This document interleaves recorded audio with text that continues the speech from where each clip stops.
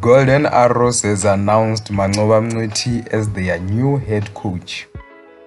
So they have beaten Rwandan giant ARP to the service of coach Manqoba Mngqithi. ARP has been in talks with the experienced coach over the last few weeks in an attempt to lure him to their ambitious project that so far has not been flourishing. Despite their vast financial resources over the past few seasons, they have yet to be able to reach the group stages of the CAF Champions League.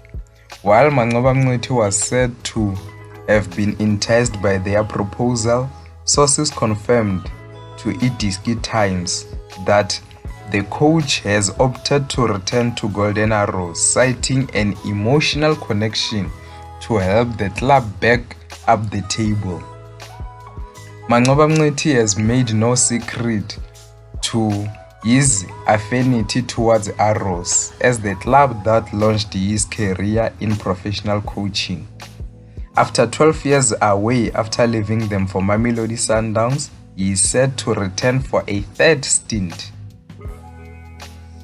So yeah, let me hear your thoughts down below. What do you think of this move by coach Manqoba Mngqithi to reject ARP to join Golden Arrows?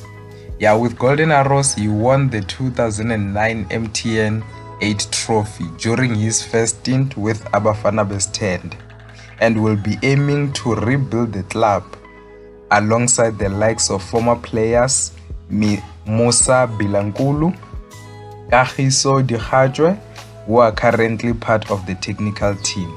So is this a good move by Manqoba Mngqithi not to move to an ambitious club, to stay at home with Golden Arrows, which is the club which he says he feels an emotional connection with? Let me hear your thoughts down below. What do you think of this move?